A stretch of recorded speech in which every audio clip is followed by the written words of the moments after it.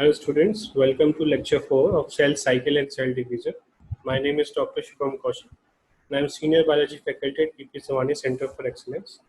तो अभी तक हम लोगों ने 3 लेक्चर में माइटोसिस कवर अप कर लिया, मॉडिफिकेशन ऑफ माइटोसिस हमने कवर कर लिए। अब हम लोग बात करेंगे मियोसिस की, ठीक है। तो माइटोसिस और मियोसिस में क्या डिफरेंसेस है ये हम लोगों को पता करना है। पहले सबसे माइटोसिस सोमेटिक सेल्स में होता है और मियोसिस जो है वो गैमेटिक सेल्स में होता है। गैमेटिक सेल्स मतलब मेल में स्पर्म सेल्स की फॉर्मेशन में मियोसिस होगा और फीमेल में एग की फॉर्मेशन या ओवम की फॉर्मेशन में मियोसिस होगा। बाकी सारा ग्रोथ एंड डेवलपमेंट जो है वो हमारा माइटोसिस से ही होता है, ठीक है। It is the division of diploid germ cells that reduces the chromosome number by half, forming haploid daughter cells, ठीक है। तो इसमें क्या होगा, ये रिडक्शनल डिवीजन है। हमारे नॉर्मल सेल में कितने क्रोमोसोम्स होते हैं? 23 पेयर्स या फिर 46 क्रोमोसोम्स होते हैं, ठीक है। अब 46 क्रोमोसोम्स में से अगर हाफ हो जाएगा तो एक गैमीट में बचेगा 23, ठीक है। एक नॉर्मल अडल्ट में या एक बच्चे में कितनी क्रोमोसोम्स होनी चाहिए? 46 ही होनी चाहिए, ठीक है। तो मेल गैमीट में 23 आएगा, फीमेल गैमीट में 23 आएगा। जब ये दोनों फ्यूज होंगे तो जाइगोट बनेगा, वो बनेगा 46, ठीक है। तो जाइगोट 46 का बने, जाइगोट 92 का ना बन जाए, इसलिए हम लोग ये मियोसिस करते हैं, रिड्यूस करते हैं गैमीट्स को। It occurs during gametogenesis, gametogenesis के थ्रू ये प्रोसेस होता है। It leads to haploid phase. Haploid मतलब अगर हर क्रोमोसोम का एक कॉपी है तो उसे बोलते हैं हैप्लॉइड, हर क्रोमोसोम की 2 कॉपी है तो उसको हम बोलते हैं डिप्लॉइड। तो नॉर्मल सेल में 23 पेयर्स होते हैं, मतलब पेयर्स मतलब 2-2 कॉपी है सबका, तो उसको हम बोलते हैं डिप्लॉइड सेल। और जहां पे सिर्फ एक ही कॉपी बचती है, 46 से 23 हो गया, एक ही कॉपी है सारी क्रोमोसोम की, ठीक है, तो उसको हम बोलते हैं हैप्लॉइड। मियोसिस के की फीचर्स क्या है? It involves 2 cycles. यहाँ पे मियोसिस 1 एंड मियोसिस 2 होगा। माइटोसिस में ऐसा कुछ नहीं था। माइटोसिस काफी सिंपल प्रोसेस था, याद रखिएगा। मियोसिस काफी कॉम्प्लेक्स प्रोसेस है, but only single cycle of DNA replication. DNA एक ही बार डबल होगा, बट मियोसिस 2 बार होगा। It involves pairing of homologous chromosome, ठीक है। होमोलोगस क्रोमोसोम पेयर होंगे, रिकॉम्बिनेशन होगा। मींस अब देखिए रिकॉम्बिनेशन मतलब क्या। मान लीजिए आपके आप दो भाई बहन हैं, ठीक है। तो आप दोनों एक जैसे क्यों नहीं दिखते हो? दोनों में जो क्रोमोसोम्स आए, जो भी डीएनए आया, वो आपके मदर और फादर से आया, ठीक है। तो आप दोनों सेम क्यों नहीं दिखते हैं? क्या रीजन है ऐसा? क्रोमोसोम्स तो सेम ही आए। या अगर कोई 4 भाई बहन है तो चारों एक जैसे क्यों नहीं दिखते? फिजिकल उनका एक जैसा क्यों नहीं? क्योंकि स्पर्म सेल्स तो फादर से आ रहे हैं और ओवम एक मदर से आ रहा है, तो चारों बच्चे एक जैसे दिखने चाहिए। ऐसा क्यों नहीं होता है? क्योंकि एवरी टाइम जब स्पर्म और एग बनते हैं तो ड्यूरिंग मियोसिस उनमें कुछ वेरिएशन आते हैं रिकॉम्बिनेशन की वजह से। मींस जो क्रोमोसोम से वो अपना डीएनए आपस में एक्सचेंज करते हैं, एक रिकॉम्बिनेशन होता है, नई नई वेराइटी बनती है, ठीक है। तो वो जो वेरिएशन है उसकी वजह से भाई बहन सेम नहीं दिखते, ठीक है। सिर्फ ट्विंस जो है वो सेम दिखते हैं, ठीक है। तो ये बहुत इंपॉर्टेंट प्रोसेस है, इसी की वजह से वेरिएशन आता है और इसी की वजह से दुनिया में सब लोग अलग अलग दिखते हैं, ठीक है। Meiosis 1 begins after replication of parental chromosome to form identical sister chromatid at S phase, ठीक है। तो Meiosis 1 होगा सबसे पहले, ठीक है, रेप्लिकेशन के बाद स्टार्ट होगा। 4 haploid cells are formed at the end of Meiosis 2। तो माइटोसिस में पेरेंट सेल से 2 डॉटर सेल बन रहे थे, ठीक है, बट मियोसिस में एक पेरेंट सेल से 4 हैप्लॉइड डॉटर सेल्स बनेंगे, ठीक है। तो डिफरेंस है यहाँ पर। उसके बाद स्टेजेस ऑफ मियोसिस। अब देखो मियोसिस 2 पार्ट में कवर अप होगा, मियोसिस 1 एंड मियोसिस 2। तो मियोसिस 1 में जो भी होगा प्रोफेज 1, मेटाफेज 1, एनाफेज 1, टीलोफेज 1, ठीक है। वैसे ही मियोसिस 2 में होगा। इसमें सबसे ज्यादा ध्यान जो आपको देना है वो देना है प्रोफेज 1। ये सबसे कॉम्प्लेक्स है। प्रोफेज 1 जो है वो काफी कॉम्प्लेक्स फेज है और काफी लंबा फेज है। बाकी सारे फेज जो है, देखो मियोसिस 2 जो सेम माइटोसिस जैसा होने वाला है, तो जिसको माइटोसिस समझ में आ गया उसे मियोसिस 2 समझ में आ जाएगा, ठीक है। बस यहाँ पे कॉम्प्लेक्स क्या है? प्रोफेज 1। यहाँ पर अगर हम देख रहे हैं जो प्रोफेज 1 है, ठीक है, इसमें जो है काफी चेंजेस आएंगे, जिसमें डीएनए का जो है चेंजेस होगा, ठीक है, डीएनए में रिकॉम्बिनेशन होगा, और फिर आगे जो है हम लोग, ठीक है, तो इसमें हम लोग पहले प्रोफेज 1 को देखते हैं कि क्या होगा। बट यहाँ पे क्रोमोसोम नंबर को हमको समझना होगा।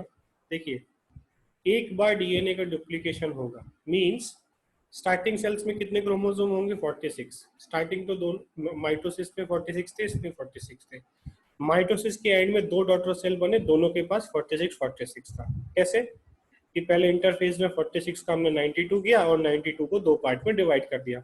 बहुत सिंपल प्रोसेस था। यहाँ पर हम लोग पहले 46 को 92 करना चाहते हैं, फिर उसको चार पार्ट में 23, 23, 23, 23 चार पार्ट में डिवाइड करना चाहते हैं, ठीक है। बट ये डायरेक्टली नहीं होगा, इसमें क्रोमोसोम और क्रोमेटिड का थोड़ा कॉम्बिनेशन हमको समझना पड़ेगा कि कब हम उसे क्रोमोसोम बोलेंगे, कब हम उसे क्रोमेटिड बोलेंगे, ठीक है। तो इसके लिए हम थोड़ा आगे चलते हैं, इसमें इसको हम लोग थोड़ा समझते हैं। एक ये एनिमेशन है यहाँ पर, इस एनिमेशन के थ्रू हम समझेंगे कि क्रोमोसोम नंबर को हम कैसे समझते हैं, ठीक है। माइटोसिस और मियोसिस में कैसे हम क्रोमोसोम नंबर को स्टडी करते हैं, कैसे कब 46 बोलेंगे, कब 92 बोलेंगे, ठीक है। तो हमको पता है 46 क्रोमोसोम्स है, ठीक है। अब इसके लिए हमें कोई बहुत हाई फाई ऐसा कोई फॉर्मूला लगाने की जरूरत नहीं है कि हमको कैलकुलेट करना पड़े कि क्रोमोसोम नंबर कैसे कैलकुलेट करना है। बहुत इजी तरीके से हम समझ सकते हैं, ठीक है। तो क्रोमोसोम नंबर जो है हमको समझना है माइटोसिस में क्या होता है और मियोसिस में क्या होता है। इसको बहुत ध्यान से समझिएगा, नहीं तो ये बहुत कॉम्प्लिकेट हो जाएगा, फिर आपको समझ में नहीं आएगा। यहाँ पर हम लोग सिर्फ ह्यूमन की बात कर रहे हैं, ठीक है, जिसमें 46 क्रोमोसोम्स होते हैं, ठीक है। और गैमीट्स में जो है, मेल गैमीट्स में और फीमेल गैमीट में 23 क्रोमोसोम्स होते हैं, ठीक है। अब क्रोमोसोम्स किसका बना होता है? हमारा डीएनए और प्रोटीन का बना होता है, ठीक है। डीएनए जो कॉइल स्ट्रक्चर है और उसको कॉइलिंग में प्रोटीन्स हेल्प करते हैं, ठीक है। अब जो न्यू क्रोमोसोम्स बनेंगे वो भी पुराने क्रोमोसोम जैसा होना चाहते हैं, ठीक है, सेम वैसा ही दिखना चाहते हैं। और सब क्रोमोसोम जो है वो mitosis as well as meiosis के लिए कंपेटेबल होते हैं, ठीक है। अब इसमें हम लोग क्या समझेंगे कि ये एक क्रोमोसोम है, ठीक है, और ये भी एक क्रोमोसोम है, ठीक है। डिफरेंस क्या है? इसमें सिर्फ एक क्रोमेटिड है और यहाँ पर इसमें दो क्रोमेटिड है, ठीक है। तो ये भी एक क्रोमोसोम कहलाएगा और ये भी एक क्रोमोसोम कहलाएगा, ठीक है। तो हम क्रोमोसोम कैसे पता करेंगे? सेंट्रोमियर की वजह से, ठीक है। हमको सिर्फ सेंट्रोमियर काउंट करना है तो हमें पता चल जाएगा कितने क्रोमोसोम्स हैं। अगर ये दोनों अलग हो जाते हैं, ठीक है, देखिए यहाँ पे ये क्रोमोसोम्स हम देख रहे हैं, तो सबसे पहले हमको सेंट्रोमियर नंबर काउंट करना है। अब इंटरफेज में हम लोग क्या करेंगे, जो क्रोमोसोम है उसका कॉपी हम निकालते हैं, ठीक है। तो ये 46 क्रोमोसोम हमारे स्टार्टिंग सेल में होता है। अब इस 46 क्रोमोसोम को हम लोग क्या करते हैं? डबल करते हैं, ठीक है। हमने क्या पढ़ा था? डीएनए को हम लोग डबल करते हैं। देखो डीएनए डबल हो गया बट क्रोमोसोम स्टिल 46 है, ये चीज समझनी है। इंटरफेज में हम लोगों ने एस फेज में जो है डीएनए डबल किया बट क्रोमोसोम डबल क्यों नहीं हुआ? क्योंकि वो जुड़ा हुआ था, ठीक है। तो ये भी जो है हमारा 46 क्रोमोसोम ही कहलाएगा, ठीक है। ये कब होगा? जब ये दोनों डिटैच हो जाएंगे तब ये 92 कहलाएंगे। तो यहाँ पर 92 क्रोमेटिड्स, ठीक है। देखो यहाँ पे अगर वो अनअटैच हो गए, अलग अलग हो गए, तो हम इसको 92 क्रोमोसोम्स कह पाएंगे। बट जब जुड़े हुए हैं तो हम उसे 46 ही बोलेंगे, ठीक है। तो इतना हमको समझ में आ गया। अब देखो, बिफोर इंटरफेस क्रोमोसोम्स भी 46, क्रोमेटिड्स भी 46। आफ्टर इंटरफेस क्रोमोसोम 46 से बट क्रोमेटिड्स 92 हो गए। ड्यूरिंग माइटोसिस 46, 92, ठीक है। यहाँ पे स्टार क्यों लगाया हमने? कि ये एनाफेज में जो है हम लोग जब ये अलग होता है तब हम उसे बोल सकते हैं कि नंबर ऑफ क्रोमोसोम जो है डबल हो गए। बट बेसिकली हम लोग हमेशा जब खत्म हो जाता है तभी 92 काउंट करना स्टार्ट करते हैं, ठीक है। तो जैसा स्टार्टिंग था वैसे ही एंड में ये बन गया। अब यहाँ पर 46 क्रोमोसोम थे, 46 क्रोमेटिड हुए, ये इंटरफेस में डबल हुआ, ठीक है, क्रोमोसोम उतने ही रहे, 92 क्रोमेटिड्स हुए। अब ये डिवाइड हो गए दो डॉटर सेल्स में, 46 क्रोमोसोम्स विद 46 क्रोमेटिड्स, ठीक है, समझ गए। तो ये एक बेसिक माइटोसिस वाला प्रोसेस हो गया। मियोसिस में थोड़ा कॉम्प्लिकेटेड होना है, स्टार्टिंग में सेम ही है, ठीक है। अब इंटरफेस में यहाँ 46 क्रोमेटिड 92 हो जाएंगे। आफ्टर मियोसिस वन यहाँ 23 क्रोमोसोम्स बट क्रोमेटिड्स 46, ठीक है। तो ये वाला जो है हमारा मियोसिस वन, ये थोड़ा कॉम्प्लिकेटेड होने वाला। देखिए यहाँ पर देखिए 46, यहाँ पर हो गए 46 क्रोमेटिड्स, 46 क्रोमेटिड, क्रोमोसोम 23 ही है, ठीक है। अब आगे वाले में भी 23 क्रोमोसोम्स है, बट ये जो है ये डिवाइड होके दो में कन्वर्ट हो गया, तो दोनों के पास एक एक क्रोमेटिड चला गया, ठीक है। ये जिसके समझ में आ गया उसको मियोसिस समझ में आ जाएगा, ठीक है। तो माइटोसिस में आइडेंटिकल डॉटर सेल्स बनेंगे, ठीक है, ये जो बने वो आइडेंटिकल होने वाले हैं। बट मियोसिस में ऐसा आइडेंटिकल सेल्स नहीं बनने वाले, क्योंकि उसमें रिकॉम्बिनेशन होने वाला, ठीक है, ठीक है। तो यहाँ पर अगर हम देखें, क्रोमेटिड्स जो है वो 23 होने वाले हैं। फादर जो डॉट स्टार्टिंग सेल्स था जिसको हम मदर सेल बोल सकते हैं, उससे हाफ हो गया नंबर यहाँ पे, इसलिए मियोसिस रिडक्शनल डिवीजन कहलाएगा, ठीक है। तो ये चीजें हम लोग समझ गए यहाँ पर कि क्रोमोसोम नंबर कैसे होते हैं, ठीक है। अब इसको जो है हम लोग आगे चलते हैं, मियोसिस की स्टेजेस को स्टार्ट करते हैं। सबसे पहले प्रोफेज वन होगा, मेटाफेज वन होगा, एनाफेज, टीलोफेज। मियोसिस वन में क्रोमोसोम्स के नंबर को समझते चलना है हमको, ठीक है। तो प्रोफेज वन का हम लोग अगर यहाँ पर आइडिया ले, it is a typically longer and more complex. It includes 5 phases based on chromosome behavior: leptotene, zygotene, pachytene, diplotene and diakinesis, ठीक है। तो मियोसिस वन में ही सिर्फ ये 5 फेजेस हैं, ठीक है। तो इन 5 फेजेस को हम लोग को समझना है यहाँ पर। फर्स्ट है लैक्टोटीन। लैक्टोटीन में क्या होगा, chromatin fibres become long cylinder chromosome, ठीक है। जो क्रोमेटिन फाइबर्स थे वो अब सिलेंडर फॉर्म में आ जाएंगे, न्यूक्लियस एनलार्ज हो जाएगा, ठीक है। उसके बाद यहाँ पर जो क्रोमोसोम्स है वो लॉन्गेस्ट होंगे, थिनेस्ट होंगे, ठीक है। They are gradually visible under light microscope, ठीक है। तो ये सारी चीजें इंपॉर्टेंट हो गई। आगे चलते हैं हम लोग इसमें। जाइगोटीन में क्या होगा, chromosome become more condensed, chromosome फिर से कंडेंस हो जाएंगे।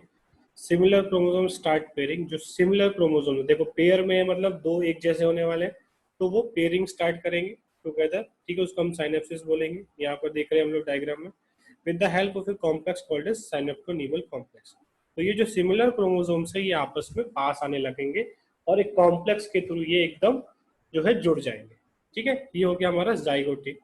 The paired chromosomes are called as homologous chromosome. जब दो एक जैसी क्रोमोसोम साथ में जुड़ जाएंगे तो हम उसे कहेंगे homologous chromosomes. Each pair of homologous chromosome is called as bivalent, ठीक है, उसको हम बुलाएंगे bivalent। तो यही जाइगोटीन के बारे में कुछ डिटेल में दिया हुआ है। According to Moses, synaptonemal complex help in pairing and chiasmata formation, ठीक है। तो ये साइंटिस्ट का नाम भी हमको याद रखना है, किसने ये बताया। उसके बाद आता है पैकाइटीन, ठीक है। पैकाइटीन में अगर हम देखें जरा ध्यान से डायग्राम में, यहाँ पे ये ब्लू वाला क्रोमोसोम है, ये रेड वाला है, ठीक है। स्टार्टिंग में देखेंगे तो पूरा ये ब्लू है साइड वाला और ये पूरा रेड है।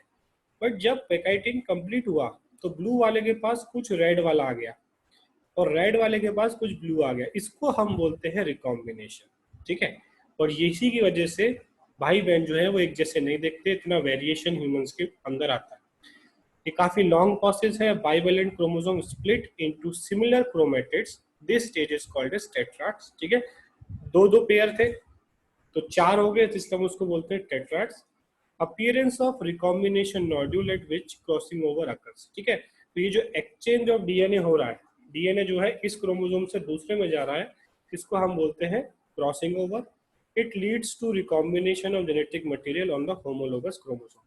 क्रोमोसोम का जो है चेंजेस होगा but homologous mean same same chromosome के बीच में होगा, ठीक है।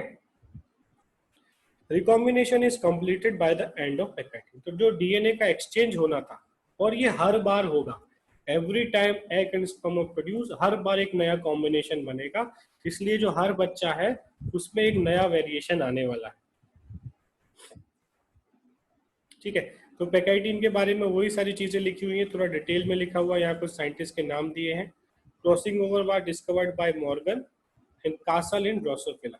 ठीक है, समझ गए? तो ये साइंटिस्ट के नाम यहाँ पे दिए हुए हैं, बाकी सारी चीजें वही सेम जो पहले वाले स्लाइड में लिखा हुआ था। ब्रेकेज एंड रीयूनियन थ्योरी जो स्टर्न एंड होटा ने दिया, मींस जब डीएनए एक्सचेंज होगा वो। Breakage and reunion theory is appropriate theory for crossing over, which is explained with the help of a most accepted model, hybrid DNA model of Holliday and Whitehouse। ठीक है, ये दो scientist के नाम है जिन्होंने समझाया कि कैसे दो क्रोमोसोम्स जो है अपना डीएनए एक्सचेंज कर पाते हैं। ठीक है, वो मॉडल हमारे सिलेबस में नहीं है तो हम उतना डिटेल में नहीं जाएंगे उस पर। उसके बाद आता है हमारा पैकाइटीन में, ये हम देख सकते हैं, देखो ऊपर वाला जो है ये पूरा व्हाइट क्रोमोसोम है एक, ठीक है, ये बीच में सेंट्रोमियर है। नीचे वाला जो है ये हम देख रहे हैं ये थोड़ा शेडेड है, ठीक है, यहाँ पे लाइन है इसमें। उसके बाद जब पैकाइटीन हो जाता है तो हम देख रहे हैं व्हाइट वाले का ऊपर वाला तो सेम है, व्हाइट वाले के नीचे वाले में ये जो है लाइन वाला कुछ पोर्शन आ गया, और लाइन वाले के कुछ पोर्शन में व्हाइट वाले का कुछ पोर्शन आ गया। मीन्स दोनों के बीच में डीएनए एक्सचेंज हो गया, इसका उसमें चला गया थोड़ा पार्ट और इसका उसमें चला गया। ठीक है, अब उसके बाद crossing over is an enzyme mediated process, means ये एंजाइम के थ्रू होगा, अपने आप डीएनए एक्सचेंज नहीं होगा। एंजाइम कौन सी होगी? रिकॉम्बिनेज। रिकॉम्बिनेशन करने वाली एंजाइम का नाम हमने रखा यहाँ पे रिकॉम्बिनेज। ठीक है, इसमें दो प्रॉपर्टी होती है, एंडोन्यूक्लियस मतलब डीएनए काटने की प्रॉपर्टी, और लाइगेज मतलब डीएनए जोड़ने की प्रॉपर्टी। पहले इधर से काटेगा इधर से काटेगा, ठीक है, फिर दोनों को एक्सचेंज करा देगा।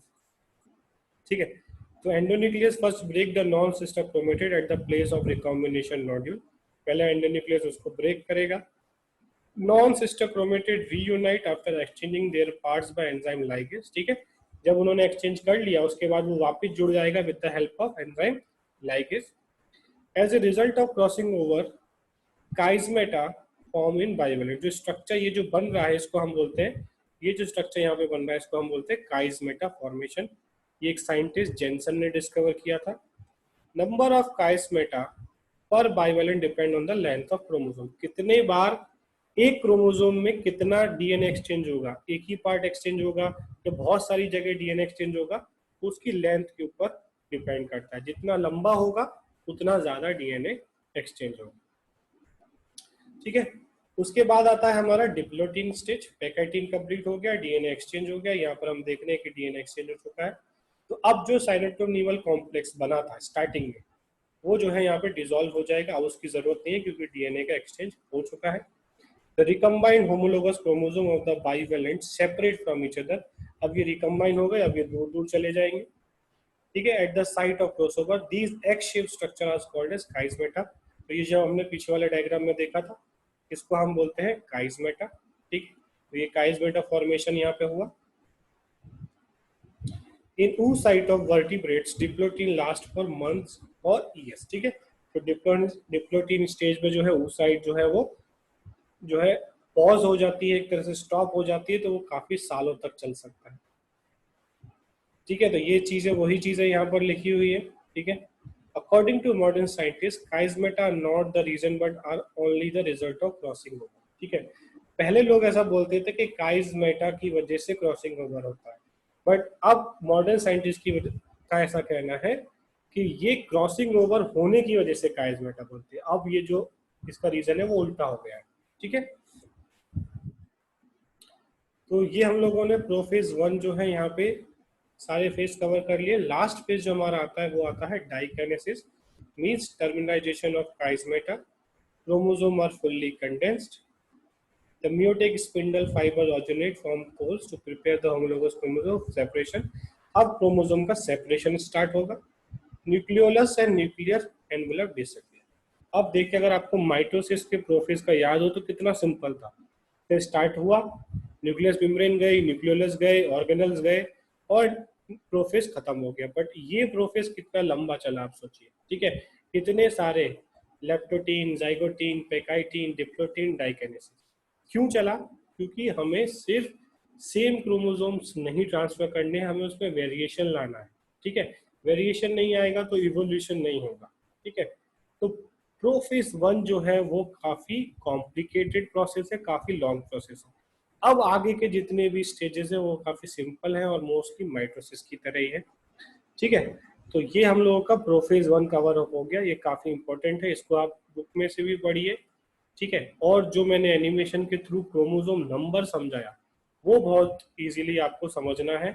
जितना इजीली वो समझ गए, जितना इजीली आपके दिमाग में वो बैठ गया, उतना आप इस पोर्शन को इजीली सॉल्व कर पाएंगे, इसके एमसीक्यू सॉल्व कर पाएंगे।